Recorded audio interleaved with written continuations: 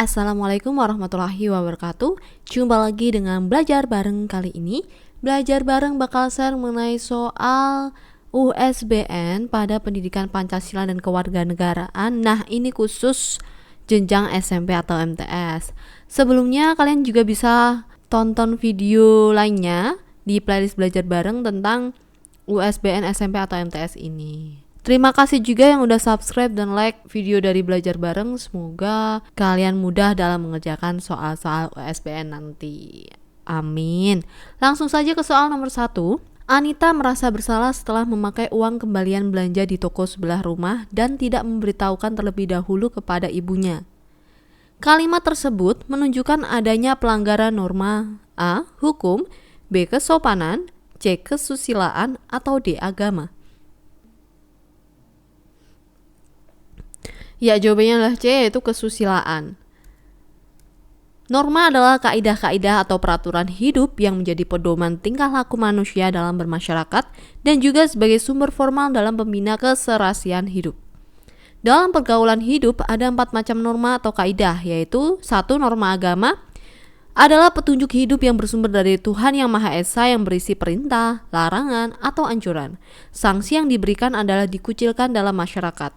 2. Norma kesusilaan adalah pedoman pergaulan hidup yang bersumber dari hati nurani manusia tentang baik buruknya suatu pergaulan. 3. Norma kesopanan adalah pedoman hidup yang timbul dari hasil pergaulan manusia di dalam masyarakat. 4. Norma hukum adalah pedoman hidup yang dibuat oleh badan yang berwenang yang bersifat mengatur, mengikat dan memaksa terhadap seluruh warga negara. Sanksi yang diberikan adalah dipenjara atau didenda. Nah, berdasarkan kalimat di soal, itu yang paling tepat adalah norma kesusilaan ya, karena berhubungan dengan hati nurani manusia. 2. Hukum memiliki sifat A. Peraturan dibuat badan-badan resmi, B. Adanya perintah dan atau larangan, C. Sanksi terhadap pelanggaran tegas, D. Mengatur dan memaksa. Ya, jawabannya adalah yang D. Mengatur dan memaksa. Hukum adalah aturan-aturan yang dibuat oleh badan-badan resmi atau pemerintah, bersifat memaksa dan menentukan tingkah laku manusia dalam lingkungan masyarakat disertai sanksi atau ancaman hukuman tertentu bagi yang melanggarnya. Hukum mengandung 3 unsur, yaitu berisi peraturan untuk membatasi tingkah laku manusia dalam masyarakat, B. Bersifat memaksa yang berarti mau tidak mau masyarakat harus mematuhinya, C. Mengandung sanksi atau ancaman hukuman tertentu bagi yang melanggar. Jadi, hukum memiliki sifat mengatur dan memaksa. 3. Alinea pertama proklamasi kemerdekaan mendapat penegasan dan penjelasan secara eksplisit pada pembukaan UUD 1945 alinea A. 1, B2, C3, D4. Ya, jawabannya adalah yang C, yaitu 3. Alinea ketiga pembukaan UUD 1945 yaitu atas berkat rahmat Allah yang Maha Kuasa dan dengan didorongkan oleh keinginan yang luhur supaya berkehidupan kebangsaan yang bebas, maka rakyat Indonesia menyatakan dengan ini kemerdekaannya. Kalimat tersebut bukan saja menegaskan apa yang menjadi motivasi nyata dan material bangsa Indonesia untuk menyatakan kemerdekaannya, tetapi juga menjadi keyakinan motivasi spiritualnya bahwa maksud dan tindakan menyatakan kemerdekaan itu diberkati oleh Allah yang Maha Kuasa. Hal tersebut berarti bahwa bangsa Indonesia mendapatkan kehidupan yang berkeseimbangan material dan spiritual serta keseimbangan kehidupan di dunia dan di akhirat. 4. Hak asasi manusia bersifat universal, maksudnya adalah A. Melekat pada manusia sebagai anugerah Tuhan Yang Maha Esa, B. Berlaku kapan dan dimanapun manusia berada, C. Berlaku sejak manusia lahir ke dunia, atau D. Ada sejak sebelum manusia lahir. Ya, jawabannya adalah yang B. Berlaku kapan dan dimanapun manusia berada. Hak asasi manusia atau HAM merupakan hak dasar yang dimiliki setiap manusia sejak dilahirkan. Hak asasi manusia merupakan anugerah dari Tuhan Yang Maha Esa. Karena dengan hak asasi ini setiap manusia dapat melindungi diri dan martabat kemanusiaannya, juga digunakan sebagai landasan moral dalam berinteraksi atau bergaul dengan sesama manusia. Hak asasi manusia bersifat universal. Ini artinya adalah berlaku di mana saja, kapan saja, dan di mana saja. Hak asasi ini tidak dapat diambil oleh siapapun dan dengan kondisi apapun. Misal, seorang yang sangat kaya dan dapat seenaknya menghilangkan kehormatan, bahkan nyawa orang miskin. Selanjutnya adalah nomor 5.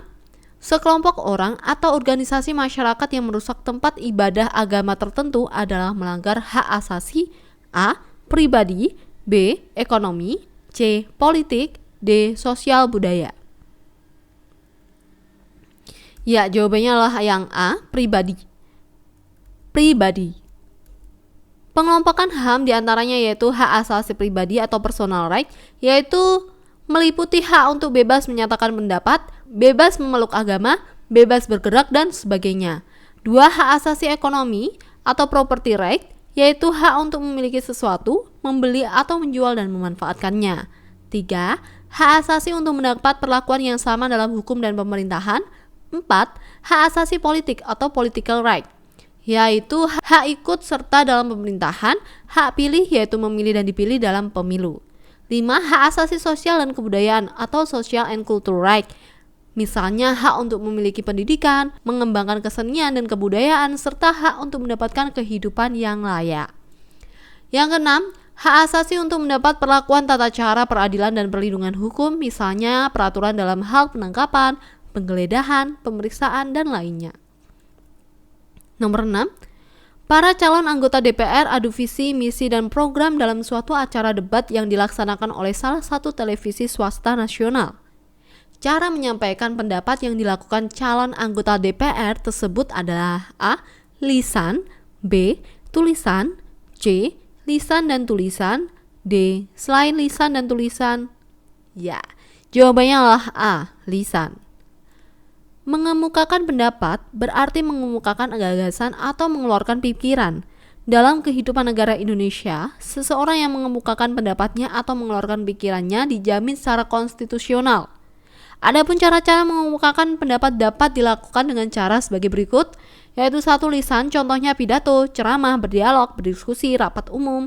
Yang kedua, tulisan, yaitu contohnya poster, spanduk, artikel, surat. 3. Cara lain, yaitu contohnya foto, film, demonstrasi, atau unjuk rasa, dan mogok makan. Jadi, cara penyampaian pendapat yang dilakukan calon anggota DPR tersebut adalah secara lisan. 7. Perhatikan pernyataan berikut ini. 1. Menghormati hak-hak dan kebebasan orang lain. 2. Melindungi hak asasi manusia. 3. Menaati aturan-aturan modal yang diakui umum. 4. Menghargai prinsip praduga tidak bersalah. Dari pernyataan tersebut yang termasuk kewajiban dan tanggung jawab warga negara dalam melaksanakan kemerdekaan menyampaikan pendapat ditunjukkan nomor A. 1 dan 2, B. 1 dan 3, C. 2 dan 4, D. 3 dan 4. Ya, jawabannya adalah yang A. 1 dan 2. Pentingnya mengemukakan pendapat secara bebas dan bertanggung jawab, yaitu mewujudkan kebebasan yang bertanggung jawab sebagai salah satu pelaksanaan hak asasi manusia. Yang kedua, mewujudkan perlindungan hukum yang konsisten dan berkesinambungan dalam menjamin kemerdekaan. Yang ketiga, mewujudkan suasana yang kondusif bagi berkembangnya partisipasi dan kreativitas setiap warga negara. 8. Pancasila sebagai dasar negara yang menjadi dasar untuk mengatur seluruh tatanan kehidupan bernegara terdapat dalam A. Piagam Jakarta, B. Pembukaan UUD 1945, C. Mukadimah Konstitusi RIS, D. Mukadimah UUD sementara. Ya, jawabannya adalah yang B. Pembukaan UUD 1945. Rumusan butir-butir Pancasila yang pernah digagas, yaitu baik yang disampaikan dalam pidato Insinyur Soekarno ataupun rumusan Panitia 9 yang termuat dalam Piagam Jakarta adalah sejarah dalam proses penyusunan dasar negara. Rumusan tersebut semuanya otentik sampai akhirnya disepakati rumusan sebagaimana terdapat pada alinea keempat pembukaan UUD 1945 yang disahkan pada tanggal 18 Agustus 1945. 9. Menghormati harkat dan martabat manusia merupakan salah satu nilai yang bersumber dari Pancasila, sila ke A. 1, B. 2, C. 4, D. 5. Ya, jawabannya adalah yang B, yaitu 2. Sila kemanusiaan yang adil dan beradab mengandung nilai utama kemanusiaan.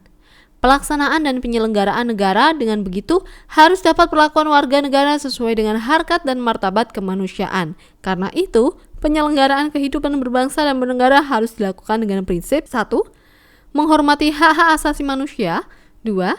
Memecahkan berbagai permasalahan hidup warga negara dengan cara yang adil. 3. Membina sikap saling tolong antar warga. Selanjutnya adalah nomor 10.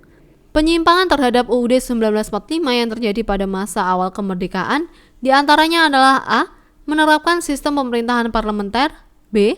MPR tidak berkehendak merubah UUD 1945. C. Pimpinan lembaga negara sebagai menteri. D. Pengangkatan presiden seumur hidup. Ya, jawabannya adalah A. Menerapkan sistem pemerintahan parlementer. Ada dua penyimpangan konstitusional yang dapat dicatat dalam kurun waktu 1945 sampai 1949, yakni yaitu 1. Berubahnya fungsi Komite Nasional Pusat dari pembantu presiden menjadi badan yang diserahi kekuasaan legislatif dan ikut menetapkan garis-garis besar daripada haluan negara berdasarkan maklumatkan Wakil Presiden nomor 10 tanggal 16 Oktober 1945.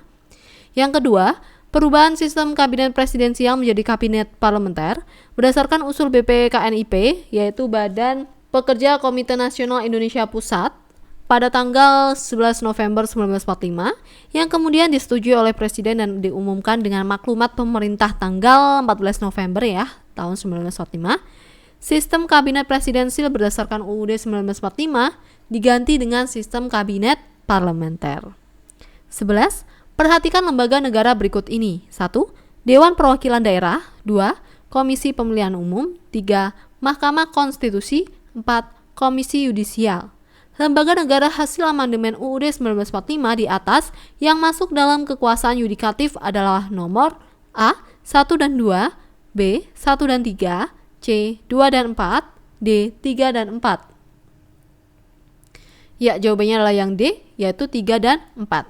Adapun menyangkut pembagian kekuasaan UUD 1945 menetapkan beberapa hal sebagai berikut, yaitu 1. Kekuasaan eksekutif dijalankan oleh Presiden dan para menteri. Dalam menjalankan tugasnya, Presiden diawasi DPR. Meskipun demikian, Presiden tidak bertanggung jawab kepada DPR. Yang kedua, kekuasaan legislatif dijalankan oleh Presiden bersama-sama dengan DPR. Kerjasama antara Presiden dan DPR tampak dalam hal pembuatan undang-undang. Yang ketiga, kekuasaan yudikatif dijalankan oleh MA atau Mahkamah Agung. Kedudukan badan ini merdeka dari campur tangan kekuasaan pemerintah, namun tidak berdiri di atas pemerintah. Selain menjalankan kekuasaan kehakiman, MA berwenang untuk memberikan nasihat hukum kepada Presiden selaku kepala negara dalam hal pemberian dan penolakan gerasi. 12.